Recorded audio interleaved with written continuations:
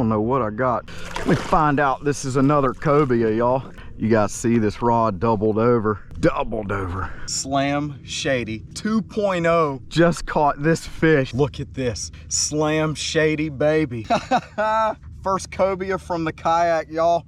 What a great trip with the Slam Shady 2.0. Let's go, guys. What's going on, Salt Strong Nation? It's Matt and the Yak, and I'm back with a really quick tip for you guys. This is going to be a good one because this is actually one of the oldest and most effective ways of fishing. And it's also one of the most foolproof ways of catching fish. And I want to give you guys a quick tip on how you can actually get in on some of this action just like I have as of lately. So let's talk about the oldest, most effective, foolproof way of fishing, and that's trolling. So it doesn't matter what species you're targeting, whether that be kingfish, it be grouper, be your favorite inshore species like redfish, speckled trout, flounder, snook. It doesn't really matter what species you're targeting, but you need to make sure you're targeting those species in the right area, and you need to make sure that you're using the right equipment. So let's go ahead and dive into where you want to be and what you want to be using in those areas now. Okay, so typically when we think of trolling, we think of trolling in these deeper zones, ledges, drop-offs, and next to channels, places like that.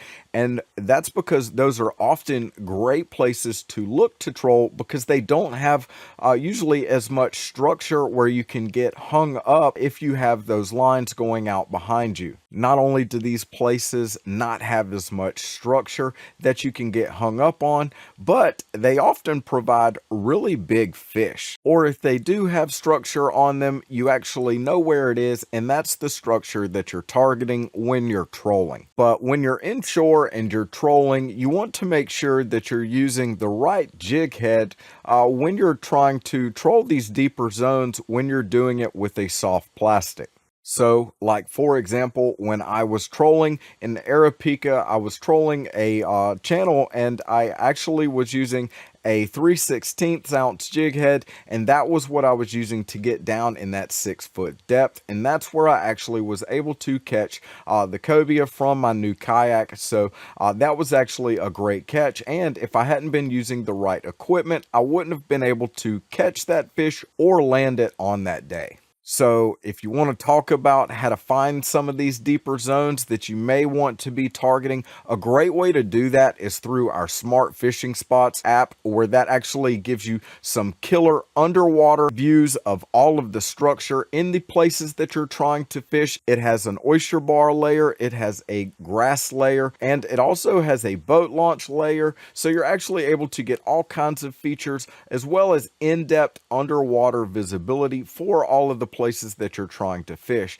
So that's an absolute game changer when you go to doing your pre-trip plan to go fish these places. You know exactly where you want to target, and you can even set up a route or set up waypoints inside of this app for you to go check out or target when you're on the water. That's a really great way that comes free to our insider members in our insider community, as well as the fishing tips page, which as an insider member you get unlimited access to. This is packed full of great information to help you catch more fish no matter what species you're targeting or what time of year. So if you want to learn how to catch more fish, be sure to subscribe to this or check out our fishing tips page for more great fishing information. So as I said, when you're targeting these deeper zones, you want to make sure you're using the right equipment. So let's talk a little bit about that right now. When you're targeting these deeper zones, you can get away with using an exposed jig head.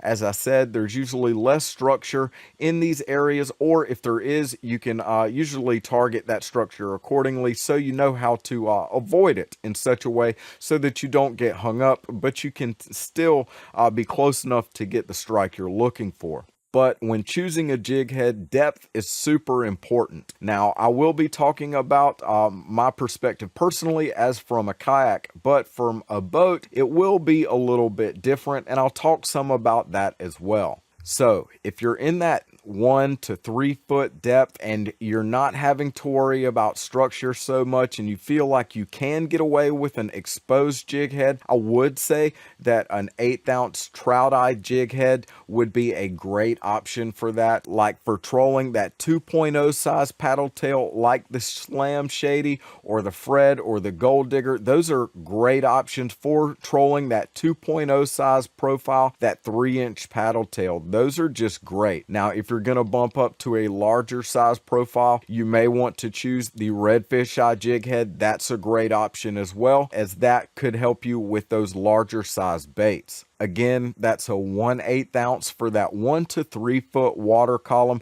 That's generally what you're going to want to use in that depth. Now, if you're in a 3 to 6 foot depth, I would recommend you bump it up to, say, a 3/16 ounce weight.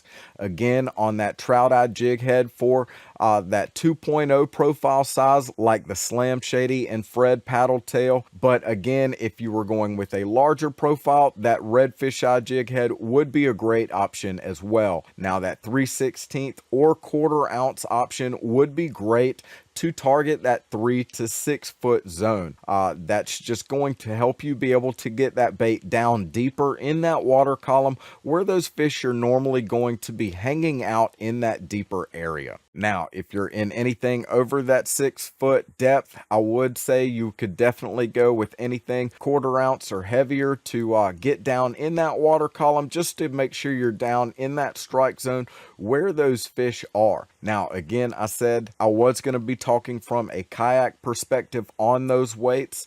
And the reason I said that is because a kayak typically goes a little bit slower than a boat when they're trolling or underway. So that's why I said use those weights if you are in a kayak. Now, if you're doing this from a boat, I would recommend that you bump all of those sizes up one. Like if I said, if you are in that 1 to 3 foot water column, I would definitely recommend starting with that 3/16 ounce jig head, because that's going to be what you need to get a little bit lower down in that water column, as in a boat you'll typically run a little bit faster. Now, for that 3 to 6 foot, I would definitely recommend possibly going to that 1/4 ounce options in those jig heads, because those are definitely going to be what you need to get down in that depth for running in a boat.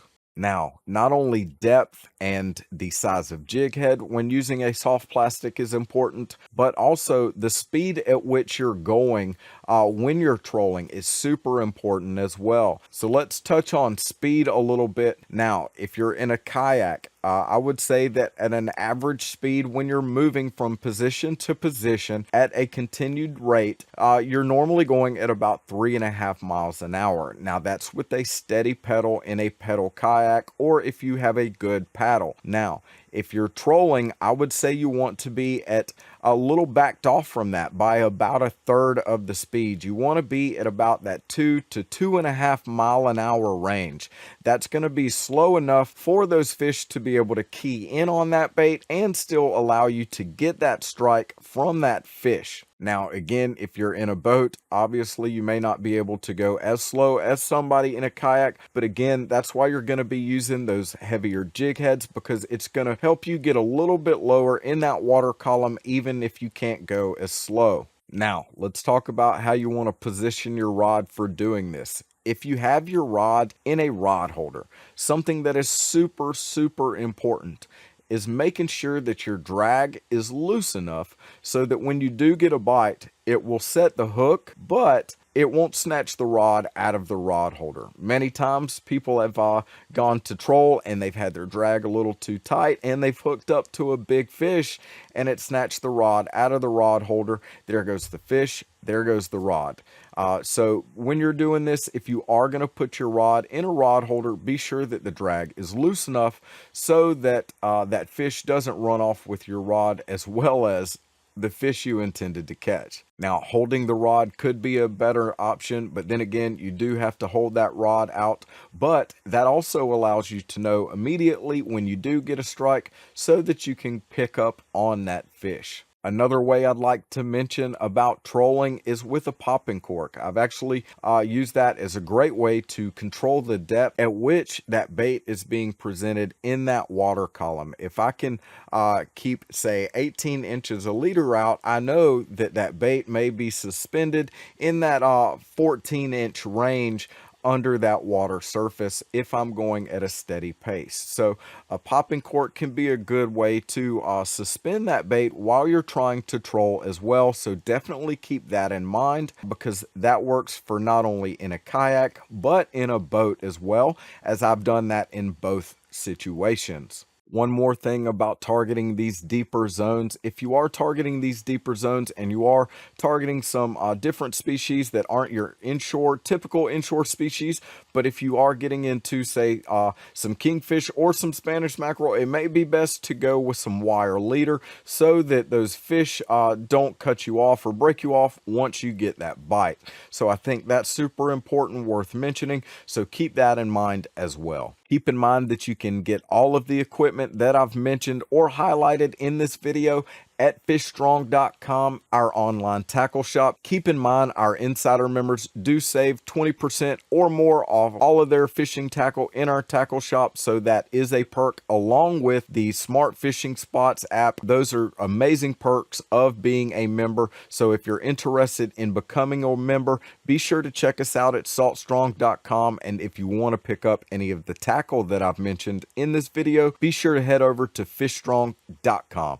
Now, we talked about trolling those deeper zones, and I don't want to leave out those shallow areas either. As I said, you can target those 1 to 3 foot depths, and you don't always have to use an exposed jig head, because in those 1 to 3 foot water depths, you can often find more structural hangups, whether that be floating grass or existing grass in that area that you could get hung up on with an exposed jig head. So you could also use a Haas Helix hook as well. If you're trolling a 3-inch size bait, a great option for that would be the 1/8 ounce Haas Helix hook. If you're going with something larger like the Bomber profile, which I've used as well to catch fish while trolling, I would go with that 4/0 1/8 ounce version. It's a great option for that larger profile. So again, those shallow areas do work as well to troll with, but be sure that you're going slow enough in those areas to make sure that that bait can get far enough down in that water column when you're trolling, because with that weedless presentation, that bait does have a slower fall, so your bait is naturally going to ride further near the top of the surface. Again, trolling plugs, crankbaits, popping corks, live bait, paddle tails, jerk shads, it doesn't matter. Trolling is a great option. It's a classic way of catching fish, and it's been around for ages, and that's because it's so effective. No matter if you're trolling the slam shady like I did to catch the cobia, or you're trolling live bait like I did to catch a kingfish. Wyatt has a great video where he's been trolling around rigs in Texas to catch kingfish as well as cobia. So the action is out there for trolling, and it's a great way to get on these fish. So if you're interested in more awesome fishing tips like this, be sure to head over to saltstrong.com and like and subscribe to this channel if you're seeing it on YouTube. As always, we appreciate you watching, and we'll see you in the next video. And if you're new to Salt Strong, just know that we are the #1 online fishing club out there, because we actually guarantee we're going to help you catch more fish, not only with fishing tips and in-depth courses, but also our new Smart Fishing Spots app. That actually tells you exactly where the fish will be, as well as the best times of day to fish there, plus so much more. You'll also save tons of money with tackle discounts and make tons of new fishing friends in the insider community. So thanks again for watching, and we hope to see you in the insider community soon.